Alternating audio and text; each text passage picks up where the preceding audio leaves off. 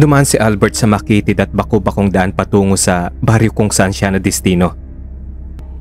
Ang misyon ay magturo sa mga batang matagal nang hindi natututukan sa edukasyon. Pero habang palapit siya sa baryo, unti-unting bumibigat ang pakiramdam niya. Parang may bumabalot na misteryo sa lugar. Ang paligid ay tila binabalot ng isang hindi maipaliwanag na katahimikan. Walang ingay ng sasakyan. Tanging tunog ng kaluskos na mga tuyong dahon ng naririnig sa ilalim ng kanyang mga paa. Huni ng mga ibon at iba pang hayop na mga alaga ng mga nakatira doon. Ang baryo ay nakapalob sa gitna ng kagubatan kaya masasabing liblib ito. Matatayog ang mga puno at ang mga kubo ng mga tao ay tila itinago ng kalikasan mismo. Sa pagdating niya, sinalubong lang siya ng tingin ng mga karamihan sa nakatira doon. Sinalubong siya ng isang lalaking mukhang opisyal ng baryo at itinuro nito ang maliit na kubo kung saan siya pansamantalang maninirahan. Ordinaryong baryo lang ito. Ang mga tao ay abala sa kani-kanilang gawain. May mga kababaihang naglalabas sa sapa, mga lalaking nagpapantay ng kahoy, at mga batang nagtatakbuhan sa kalsadang hindi pa nararating ng semento.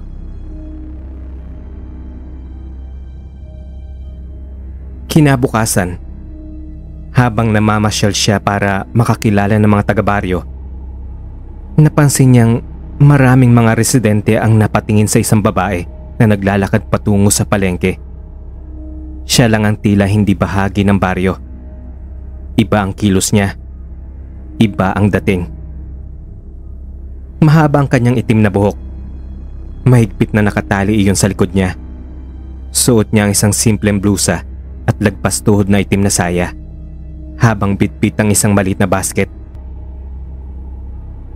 Habang namimili siya, napansin ni Albert na hindi ito masyadong kinakausap ng mga tao sa tindahan na natatapatan niya.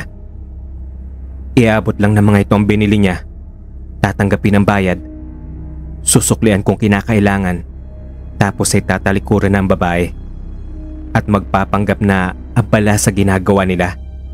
Hindi din nila ito tinitingnan ng diretsyohan sa mata. Tahimik lang naman ang babae. Walang sinasabi na kahit ano. Matapos makapamili, agad siyang umaalis at naglalakad pabalik sa isang masukal na bahagi ng baryo kung saan parang wala nang ibang nakatira. Nakita ni Albert kung paano siya nilayuan ng mga taga-baryo. Kung paano nag-iba ang hangin sa kanyang presensya. Napaisip siya. Sino ang babaeng yon? Bakit parang may takot sa kanya ang mga taga-baryo? Kinagabihan, nagsimula ang usap-usapan. Sa ilalim ng liwanag ng gasera, narinig niya ang mga bulong ng matatanda. Simula raw kasi nang dumating ang babae sa baryo, 1 linggo na ang nakakalipas. May mga insidenteng nagsimula ng mangyari. Isang lalaki na tagpuang patay sa may sapa. Walang laman loob, walang puso, walang atay. Hindi ito pangkaraniwang insidente. At may isang pangalan ang bumubulong sa hangin. Rubina. Siguradong ako siyang aswang. Simula kasi na dumating siya, may mga hindi na maipaliwanag nangyayari, di ba? Pansin nyo rin yun, di ba? Pansin nyo rin? Wika ng isa. Tahimik lang na nakikinig si Albert. Hindi alam kung dapat ba siyang maniwala. Pero may isang bagay siyang sigurado. May misteryong bumabalot sa baryong ito. Simula nang dumating siya nung 1 linggo, mas lalo lamang itong nagiging palaisipan sa kanya. Mula sa kanyang maliit na silid sa paaralan, hindi maiwasan ni Albert ang hindi mapakali sa mga naririnig niyang usap-usapan tungkol sa tinatawag nila sa pangalang Rubina. Kitang-kita niya kung paano ang mga tao sa baryo ay parang lumalayo sa kanya sa tuwing siya ay naglalakad sa paligid. Parang may takot silang nadarama, pero walang may gustong magsalita ng diretso tungkol dito. Mas lalo siyang naging mausisa. Hindi niya maiwasang pagmasdan mula sa malayo ang babae. Si Rubina. na palaging nag-iisa. Wala itong kaibigan, walang kausap, at laging nasa ilalim ng mga puno sa masukal na bahagi ng baryo. Isang gabi, hindi siya makatiis.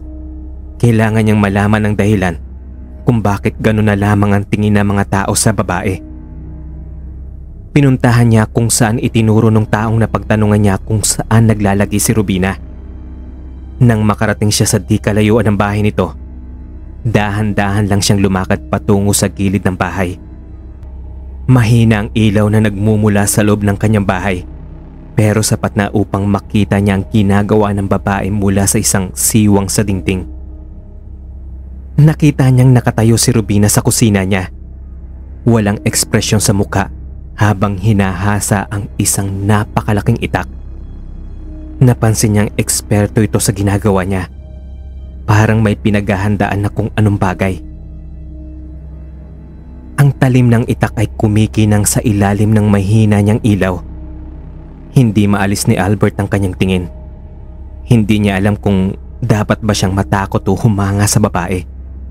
Hindi kasi may tatanggi na magandang babae. Ang lakas ng karisma. Parang nangaakit habang tumatagal itong natititigan. Habang pinagmamasdan niya ito, may gumalaw sa kanyang paligid. Kaya napalingon siya. Hindi niya napansin kanina na may mga mata palang nakatingin sa kanya mula sa madilim na bahagi ng kakahuyan. Dahan-dahan niyang inaaninag ang figura sa dilim. Isang anino. Napalunok siya ng laway. Unti-unting umatras. Pero bago pa siya makalayo, biglang lumabas si Rubina mula sa kanyang bahay. Hindi siya sigurado kung nakita ba siya nito, pero agad niyang tinakpan ang sarili sa likod ng isang puno. Nakatayo si Rubina sa harap ng bahay, tila may hinihintay. Tahimik lang ito, pero ang itsura niya, ang paraan ng pagtayo niya, ang paraan ng paghawak niya sa kanyang itak, ay parang isang mandirigmang handang lumaban. Doon na nga nagsimulang magduda si Albert. Kung totoo ngang aswang si Rubina, bakit hindi pa siya umatake sa baryo? Bakit tila siya ang mas mukhang nagbabantay? At sino ang figurang nasa kakahuyan at tila nanonood lang sa kanya? Isang bagay ang alam ni Albert. Hindi ito pangkaraniwang baryo. At siguradong may mas malalim pang lihim na hindi pa niya natutuklasan. Isang gabi, isang lalaki ang napadaan sa isang madilim na bahagi ng baryo. Base sa gayak nito, mukhang galing ito sa pagbebenta ng mga gulay sa kabilang bayan. Pero inabot na ng dilim sa daan. Wala siguro masakyan kaya wala itong ibang magawa kundi maglakad na lang pauwi. Tahimik ang paligid. Tanging kaluskos ng tuyong dahon ang naririnig niya sa ilalim ng kanyang mga paa. Nang biglang, may narinig siyang kakaibang tunog. Isang mabangis na garalgal na tila tunog ng isang hayop na nagtatangi sa mga ngipin. Nanigas ang katawan ng lalaki. Hindi makagalaw. At bago pa siya makatakbo, sumulpot mula sa kawalan ng isang nilalang. Mapalahipo, matatalas sa mga kuko, at nakausli ang matatalim nitong pangil. Napasigaw ang lalaki sa takot. Napahiga ito sa lupa habang umuurong patras. Nanginginig ang katawan. Tumutulo ang luha sa magkabilang mata. Dahan-dahang lumalapit ang nilalang. Nakangisi ito na parang natutuwa sa takot ng kanyang biktima. Alam ng lalaki na wala na siyang ligtas. Alam niyang katapusan na niya. Hanggang sa biglang, may tumamang palaso sa dibdib ng halimaw. Napaurong ang halimaw habang hawak ang kanyang sugotang dibdib. Mula sa taas ng puno, bumaba ang isang figura. Si Rubina. Nakasuot ito ng maong na pantalon, combat boots, at isang leather na jacket. Ang buhok niya ay mahigpit na nakatali at sa kanyang likuran, may nakasukbit na mga palaso. Hawak niya ang kanyang pana at sa bewang niya Nakaipit ang mahabang itak. Lumapit siya sa lalaki at tinulungan itong tumayo. Nakangiti naman ang lalaki habang tinutulungan siyang tumayo ni Rubina. Tinanong pa niya ang babae kung ayos daw ba ang acting niya. At tinawag nitong ate si Rubina.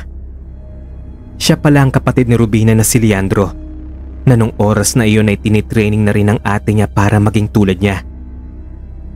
Pinalayo muna ni Rubina ang kapatid niya. Sinabihan na magtago muna dahil kailangan na niyang tapusin ang nasimula nilang laban sa halimaw na nasa harapan nila. Mabilis namang nakabawi ang halimaw. Inalis ang palasong nakatarak sa kanyang dibdib at suminghal ng ubod ng lakas. Ang atungal nito ay nakapagpapatayo ng balahibo. Parang nagmumula sa kailaliman ng lupa. Sa gitna ng madilim na kakahuyan, tumayo si Rubina. Hawak ang kanyang itak. Nakatitig sa kanyang kalaban. Ang hangin ay may dalang malamig na kilabot. Parang bumibigat ang paligid sa presensya ng nilalang nakaharap niya. Hindi niya matukoy kung anong klaseng halimaw ito.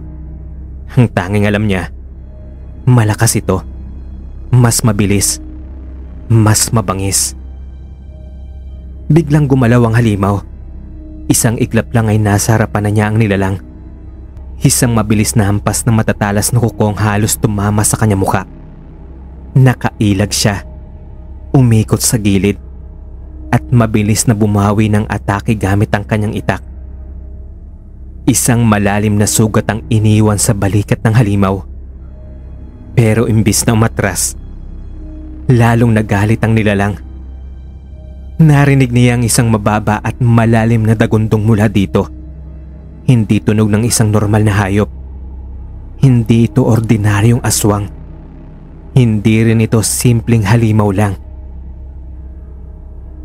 Muli itong umatake at sa pagkakataong iyon, hindi na iwasan ni Rubina ang matulis na kuko nito. Nag-iwan ito ng malalim na sugat sa kanyang tagiliran. Agad siyang napatras at nagkukumahog sa paghinga. Alam niyang hindi siya pwede magkamali. Isang maling galaw ay katapusan na niya. Hinugot niya mula sa kanyang likuran ng isang pilak na palaso. Isang sandata laban sa anumang uri ng halimaw. Pinagmasdan niya ang kalaban. Hindi ito umaatras. Hindi ito umiiwas. Tumayo lang ito na tila pinagmamasdan siya sa dilim. At sa kauna-unahang pagkakataon, nakita niya ang mga mata nito. Kulay dilaw. Kumikislap sa galit. Gutom na gutom. Biglang tumama ang liwanag ng buwan sa katawan ng halimaw. Lumitaw ang tunay nitong anyo. Isang taong lobo. Napatras si Rubina. Humigpit ang kanyang hawak sa kanyang sandata. Alam niyang ito na ang tamang pagkakataon. Mabilis niyang itinarak ang pilak na palaso. Tumagos ito sa dibdib ng halimaw. Umungol ito ng malakas bago tuluyang bumagsak sa lupa. Nanginginig habang nawawala ng buhay. Hingal na hingal naman si Rubina. Pinagmamasdan ang nakahandusay na katawan ng halimaw. Sa wakas, natapos na rin ang laban. Tahimik siyang tumayo. Ramdam ang hapdi ng kanyang sugat. Tinalian niya ito ng panyo para mapigilan ang pagdurugo. Kinabukasan, pagputok pa lang ng araw, nagtipon-tipon ng mga tao sa baryo. Nakita nila ang bangkay ng halimaw. At sa unang pagkakataon, napagtanto nila ang kanilang pagkakamali. Hindi si Rubina ang salot. Bagkus ay siya ay galing sa lahi ng mga pumapatay sa mga alagad ng dilim. Mga halimaw, mambabarang. Lahat ng mga nilalang na nagpapasakop sa kapangyarihan ng dilim.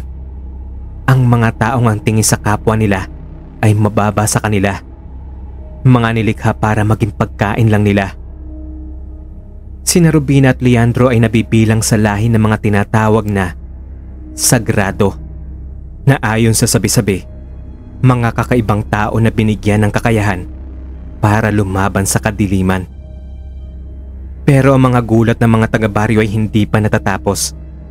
Ayon sa magkapatid, matagal na nilang sinusubaybayan ang tunay na salot. At ang totoo, hindi lang pangkaraniwang aswang o halimaw ang gumagala sa baryong ito.